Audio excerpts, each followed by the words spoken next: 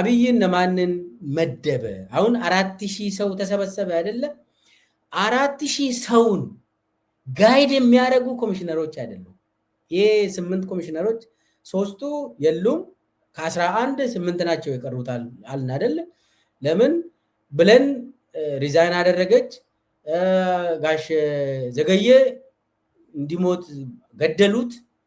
ከዛ አንድ ሰውም እንደዚህ ወጣ። 8 ናቸው። 8 ሰዎች አይደሉም ይሄንን የሚመሩ የብልጽግና ከፍተኛ አመራሮች ተመድቧል። ተመድቦ ጉባኤውን ይቆጣጠራሉ፣ ጋይድ ያደርጋሉ። ከስራ ውጪ ለመሆን ከፈለገም አይ እንደዚህ አይደለም ብሎ ወደ መስመር የሚያስመልሱ ሰዎች አሉ፣ ብዙ ናቸው። እና እነሱ ለምሳሌ ከኦሮሚያ በተለይ ከኦሮሚያ የተመደቡ ይሄንን እንዲመሩ የተመደቡ አሉ። ከኦሮሚያ ብርሃኑ ጸጋዬ አሁን ቢዚ የሆነ ሀገራዊ ምክክር ጉባኤውን ማኔጅ የሚያደርገው ትልቁ የአብይ ዋና ሰውዬ ብርሃኑ ጸጋዬ ይባላል። እዛው ያሉ ሰዎች ናቸው። ምንድነው የሚሰራ ብርሃኑ ጸጋዬ ብላችሁ ጠይቁ። መስሪያ ቤት አይገባም። አሁን ተመድቧል። እዛ ለ3 ሳምንት እስከ 4 ሳምንት እዛ ቆይቶ ሲሪየስሊ ዶክመንቱን እንዲጨርስ እንዲያስፈርም መጨረሻ ላይ ፈርሙ ብለው የመጡት ሁሉ ፈርመው እንዲወጡ ጋይድ የሚያደርገው የሚቆጣጠረው ሰውዬ ብርሃኑ ጸጋዬ ነው። በጣም ብርሃኑ ጸጋዬ ማለት ሌባ፣ ኢትዮጵያ ውስጥ እንደ ብርሃኑ ጸጋዬ በሌብነት የተዋጣለት የለም። ከጅምሩ ከታች ከወሊሶ አካባቢ ነው በሌብነት ነው ወደ ላይ ያደገ ሌባ የሆነ የኖረ አሁን ሌብነቱ መልቲ ቢሊየነር ሰው ነው ብርሃኑ ጸጋዬ። በነገራችን ላይ ኮንትሮባንድ ብዙ ኮንትሮባንዶችን ያቀናብራል እና ብርሃኑ ጸጋዬ ተመድቧል። አዲሱ አረጋ ሌላ ደግሞ በጣም አደገኛ የሆነ አዲሱ አረጋም ይሄ ሀገራዊ ምክክር ምናምን የሚባለውን የሚቆጣጠሩ ሰዎች ውስጥ ነው። እዛ ተመድቦ መከታተል ትችላላችሁ።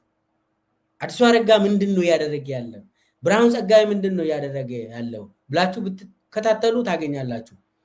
በየቡድኖቹ በየክላስተሩ ተመድቦ ሞኒተር የሚያደርጉ ናቸው እነኚህ ስሞች። አሁን የሚዘረዝራቸው ለሊሴ ነሜ የምትባል ሴት አለች ከኦሮሚያ።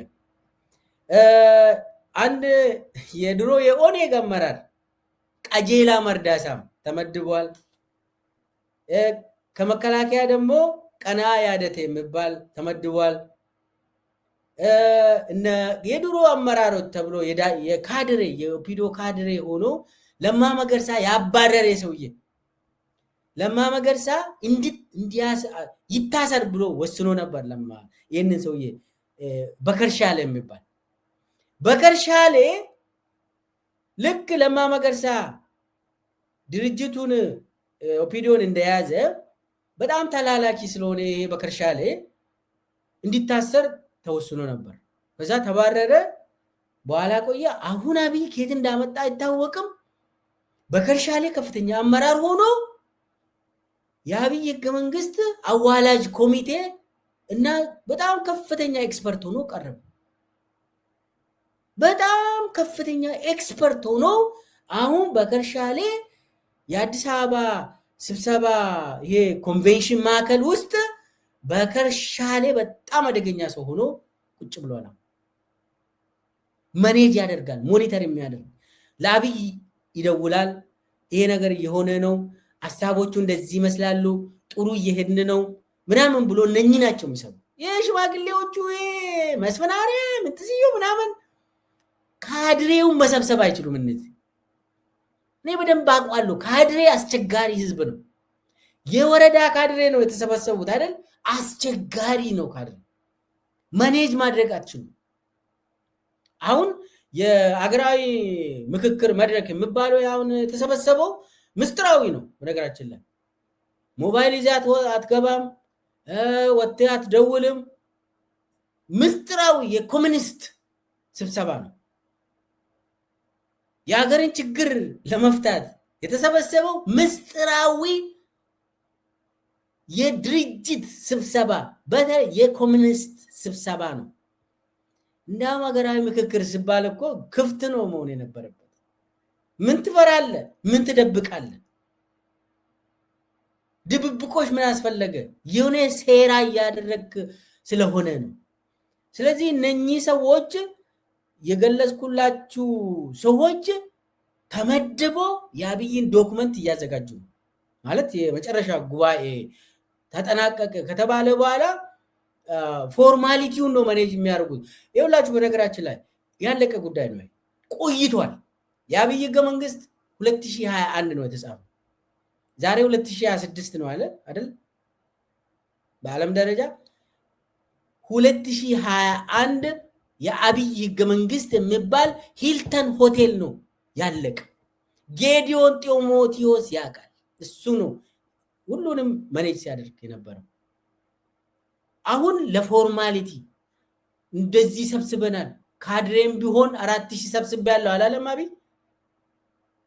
ስለዚህ ያንን እንደ መሞያ ነገር እንትን ፕሮሲጀሩ እንደዚህ ነው ለማለት ነው እንጂ ያለቀ ጉዳይ ነው። ግን ደግሞ እዚህ ላይ እነኚህ ቅድም የዘረዘርኳቸው ሰዎች መረጃዎች እንዳይወጡ፣ ሰዎች ሞባይል ይዘው እንዳይገቡ፣ አጀንዳ ወዴት እያመራ ነው የሚለውን ማኔጅ የሚያደርጉ ወደ አብይ የሚፈልገው አቅጣጫ እንዲሄድ ማኔጅ የሚያደርጉ ሰዎች ናቸው። ከኦሮሚያ ይበዛሉ።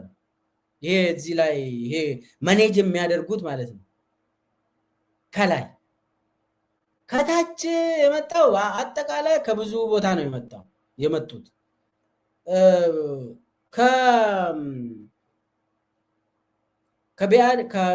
ከአማራ ብልጽግናዎች ደግሞ ያው እነሱ አይታመኑም፣ አብይ አምናቸውም ተላላኪ ቢሆኑ ግን እነማን ናቸው የተመደቡት? እዛ ከላይ በተቀመጠ አቅጣጫ መሰረት እነ አይናለም ንጉሴ አሁን ገቢዎች ሚኒስቴር፣ እነ ሀብታሙ ተገኝ፣ እነ በለጠ ሞላ የአማራ ብልጽግና ነው ወይስ አብን ነው እንዳትሉን። ኤኒዌይስ በለጠ ሞላ አብይ መድቦታል። ሙሉ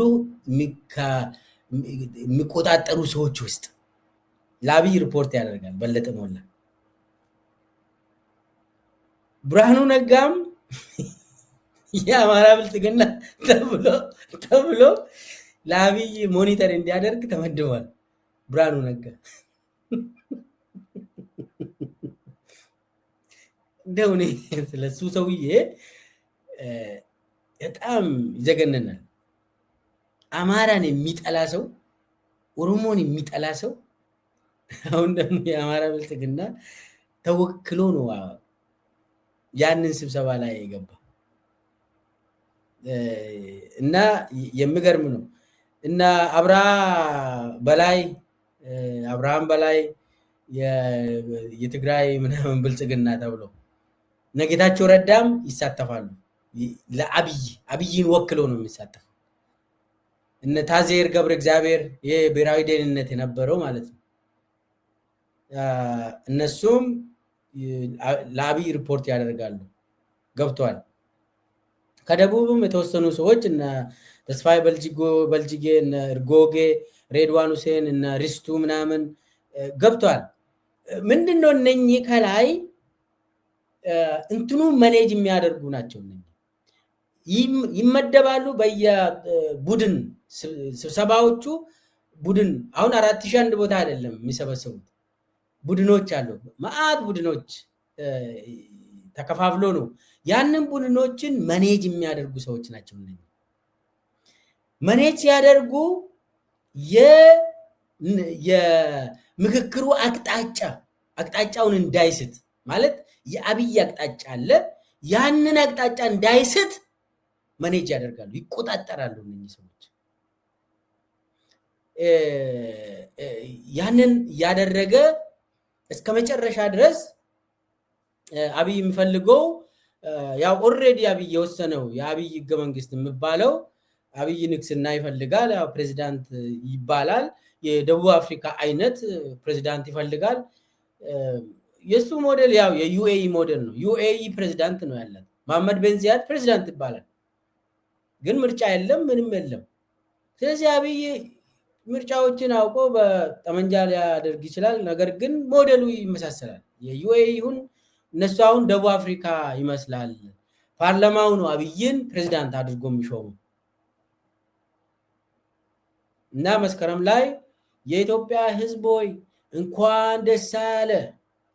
ለዘመናት ስጠይቅ የነበረው ንግግሩ ማለት ነው የአብይ ንግግር። ለዘመናት ስጠብቅ የነበረው ስጠይቅ የነበረው ፕሬዝዳንትን አገኘ፣ እንኳን ለዚያ በቃ እንኳን አደረሰን ይላል አብይ። ይህንን ደግሞ እንዳውም ስብሰባው ሲያልቅ ነው የሚለው። ስብሰባው ከአንድ ወር ምናምን በኋላ 3 ሳምንት በኋላ ያልቃል አይደል? የመጀመሪያ እንኳን ደስ ያላችሁ መልእክት ይተላለፋል። መስከረም ላይ ደግሞ ከፍተኛ የሆነ እንኳን አደረሰን የሚል ዜማ ምናምን እንኳን አደረሳችሁ ምናምን እሱን ታዳምጣላችሁ። ከነሐሴ ጀምሮ ነው ያ ነገር ድግሱ እና የአብይ እንትን ያስፈጽማሉ እነኚህ ሰዎች። በነገራችን ላይ ለዚህ ድግስ በጣም ከፍተኛ ገንዘብ ወጥተው ሴናተሮች ሁሉ እየተጀነጀኑ ነው። የአሜሪካ ሴናተሮች እዚህ አገር እዚህ አሜሪካ ድረስ መጥተው እነ አለማየሁ ከተማ የሚባሉ የአብይ ደላላዎች ብዙ ገንዘብ ይዘው የተባበሩት መንግስታት ሁሉ ሰዎች እንዲገኙ ሴናተሮችን እየጀነጀኑ ከአውሮፓ ከአፍሪካ ምናምን ሰው እንዲገኝላቸው እየጀነጀኑ ነው። መክፈቻው ላይ የተገኘው አንድ ደላላ ተገኝቷል። ይሄ ኦሉሴጉን ኦባሳንጆ የሚባል ደላላ መክፈቻው ንግግሩ ላይ ተገኝቶ የአፍሪካ አባት ምናምን ነው ምንድነው የተባለው? የአፍሪካ አባት ሰላም አባት ምናምን አለ አብይ።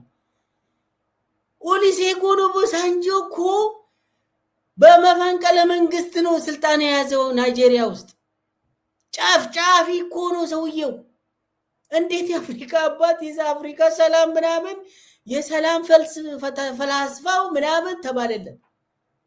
የአብይ ትልቁ ሰው ሆኖ ቀረበ በመክፈቻው ንግግሩ በፕሮግራሙ መክፈቻ ላይ።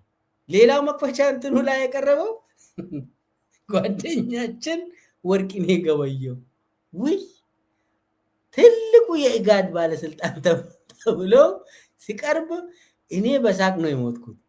ወርቅኔ ገበየሁ አሁን የክብር እንግዳ የኢጋድ ምናምን ዋና ኃላፊ ብሎ ከአፍሪካ ቀንድ የመጣ ተብሎ የአብይ ተላላኪ እኮ ነው ሰውዬ። የአብይ ተላላኪ የሆነ ሰውዬ መክፈቻ ፕሮግራሙ ላይ ያዙኝ ልቀቁኝ አላለም። እኔ ስለ ወርቅኔ ተው አላወራም። እንዳው ስለ ኦሉሴጉን ኦባሳንጆ ግን ትንሽ ብናወራ ይሻላል። በዚያው አጋጣሚ ኦሉሴጉን ኦባሳንጆ መጀመሪያ ከአብይ ጋር ሲገናኝ ይሄ ሰውዬ ደላላ ነው። በጣም ትራንዛክሽናል የሆነ ሰው ነው። ሌባ ነው ሰውዬ፣ ኮራፕትድ የሆነ ሰው ራሱም ተናግሯል። ብዙ ህንፃዎች አለው ናይጄሪያ ውስጥ፣ ብዙ አፍሪካ ሀገር ውስጥ ብዙ ህንፃ አለው። ባለሀብት ነው እና ምንድነው ያለው ቢዝነስ ፐርሰን ነው። ቢዝነስ ኦሪየንትድ ማይንድ ያለ ሰው ነው። መጀመሪያ ከአብይ ጋር እንዴት እንገናኝ ብሎ ከሰዎቹ ጋር ሲሄዱ አብይን ለማግኘት አብይ ልክ ስልጣን ይዞ ይሄ ወጣት ሰው ነው ልንቅን ይችላል ምናምን ብሎ ይሄ ሰውዬ ምንድነው የፈልገው አብይ ምናምን ሲባል አይ ፕሮቴስታንት ነገር ነው አብይ ተባለ። ከዛ ፕሮቴስታንት ነው አዎ እና ሃይማኖቱን እንዴት ነው ይናገራል ተባለ። ያ ለኦባሳንጆ የሚናገረው ሰው አብይን በደንብ አያውቅም፣ ሃይማኖተኛ ነው ምናምን ብሎ ነገረው። ስለዚህ ባይብል ይዘን እንሂዳ አለው ይሄ ኦባሳንጆ። አዎ አብይ በጣም ይወዳል ባይብል ምናምን ተባለ። ከዛ የኔ ኦባሳንጆ ባይብል ይዛ ከባይብል ጥቅሶችን 5 ጥቅስ ይዞ አብይን ለማግኘት ሄደ። ባይብል እንትን ብሎ ከዛ ከሱ ጋር ከኦባሳንጆ ጋር አብይን ለማናገር የገቡት እንግዲህ ይሄ አብይ ስልጣን ይዞ ብዙ አልቆየም። አብይ ምርጫ የመጀመሪያ ምርጫም የለም፣ ጦርነትም አልተከፈተም እና ኦባሳንጆ ለንግድ ነው የመጣ ለቢዝነስ። ሰውዬውን እንዴት እናገኘው? አፍሪካ ዩኒየን የአፍሪካ ቀንድ ምናምን ነገር ስለሆነ ይሄ ሰውዬ እዛ ሂዶ ምንድነው አብይን አገኙ። ካገኙ በኋላ ኦባሳንጆ ንግግሩን ሲከፍተው ከአብይ ጋር ልክ ባይብል እንደምለው እንትን መጽሐፍ ቅዱስ ምዕራፍ እንትን ማቴዎስ ወንጌል ምናምን እያለ ጥቅሶችን ማንበብ ጀመረ። ከዛ ቁጭ ብሎ ያሉ አብይም ተሸውዶ ሃይማኖተኛ ሰው አገኘው ብሎ ደስ አለው። ተግባቡ። ወዲያው ነው ተግባቡና አብሮ መስራት ጀመሩ። ኦሉሴጉን ያሰበው ይሄ ሰውዬ 40 ምናምን አመት ነው 42 43 ይላል፣ ወጣት ስለሆነ ይንቀናል፣ እኛ ደግሞ 90 ውስጥ የገባን ሰዎች ነን። ስለዚህ እንዴት እንግባ፣ እሱን እንዴት እንይዘው፣ ቢዝነስ ውስጥ እንዴት እንግባ። ለምን ኢትዮጵያ ውስጥ ብዙ ቢዝነሶች ይካሄዳሉ። ለምን የዓለም የዲፕሎማቶች መቀመጫ ስለሆነች የአፍሪካ ዋና ከተማ ስለሆነች ኢትዮጵያ ብዙ ቢዝነሶችን ነው የምትሰራው። ስለዚህ ደግሞ ጠቅላይ ሚኒስቴሩ መያዝ ይግድላል ብሎ መጀመሪያ አንኳክቶ የገባው ራሱ ኦባሳንጆ። ከዛ አብሮ ተገናኙ፣ ጸባያቸው ተመሳሰለ። ከዛ ኦባሳንጆም ገንዘብ እንደሚፈልግ ቢዝነስ መስራት እንደሚፈልግ ተስማሙ። በእኔ በኩል ደግሞ እኔ በጣም ኮኔክሽን አለኝ ብሎ ነገረው።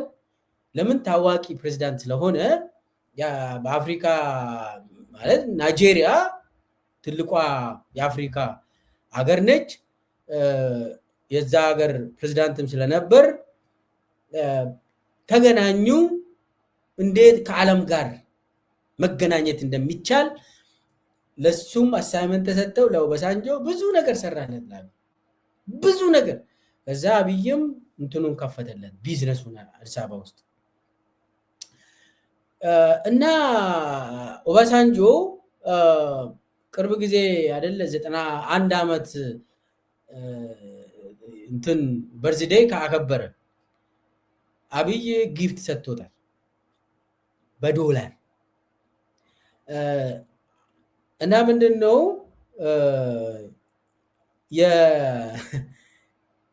የኦባሳንጆ 91 አመቱን የልደት ቀኑን ሲያከብር የሱ ታናሽ እህት ደግሞ 95ኛ የልደት ቀኗን አከበረች። ሰዎች ዝቁ ነበር።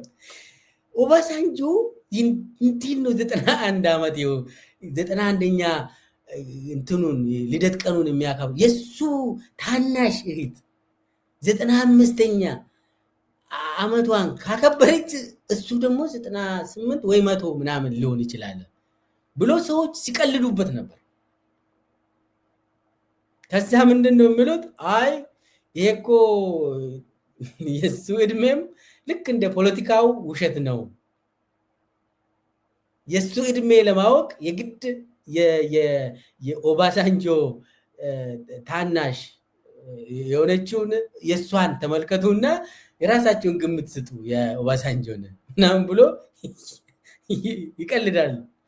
የሆነ ጽሁፍ ጽፎ ነበር ኦባሳንጆ። ከዛ በኋላ ብዙ ሀብት አፍርቻለሁ እኔ ድሮ በቃ የሆነ ቦታ እዚህ ከደረስኩኝ ኑሮዬ በጣም ቆንጆ ይሆናል እላለሁ። ከዛ ፕሬዝዳንት ሲሆን ደግሞ እንደዚህ በቃ ኑሮዬ ይስተካከላል እላለሁ። ሀብት እንደዚህ ሲያፈራ እንደዚህ ይሆናል እያልኩኝ መጨረሻ ላይ ሀብትም አለኝ ግን ዛሬ ጆሮዬም አይሰማም አይኔም አይም ዓለም ክዳኛለች አለ። እሱ ራሱ የጻፈው ነው ይሄ ነገር። ጆሮዬ አይሰማም አይኔ አይም ዓለም ክዳኛለች። በቃ እኔ እንደዚሁ እያፈራው ባለሀብት ነው ዛሬ። አይኑ አይም ጆሮ አይሰማም፣ ግን አሁንም ቢዝነስ እየሰራ ነው። ራሱ የተናገረውን ነው እየተናገርኩ ያለው። እና ኦባሳንጆ እንዲህ አይነት የማያነብ አይኑ እንኳን ችሎ እንኳን የሚራመድ ሰው አይደለም።